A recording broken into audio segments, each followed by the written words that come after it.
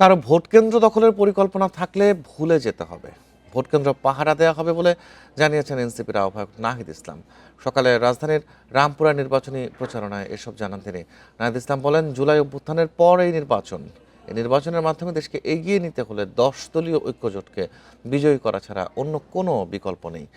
এক হাসিনা চলে যাবে, আরেক হাসিনা আসবে। এক চাঁদাবাজ লুটেরা চলে যাবে, আরেকজন আসবে। এর জন্য ছাত্র জনতা জীবন দেয়নি বলেও জানান তিনি। জীবন দেওয়া হয়েছে সংস্কার ও ক্ষমতার কাঠামো পরিবর্তনের জন্য। এবারের নির্বাচন চাঁদাবাজ লুটেরা ঋণ খেলাপিদের পরাজিত করার নির্বাচন। রেইনবো অলরাউন্ডার এক্সটেরিয়র পেইন্ট, বাড়ির বাহিরের দেয়ালের সুরক্ষা নিয়ে থাকুন নিশ্চিন্ত। সাথে পাচ্ছেন 10 বছরের ওয়ারেন্টি। নির্বাচনে জয়ী হলে দখলকৃত খাল জমি উদ্ধার ও যুব সমাজের জন্য খেলার মাঠ তৈরি করা হবে বলেও জানান নাহিদ ইসলাম।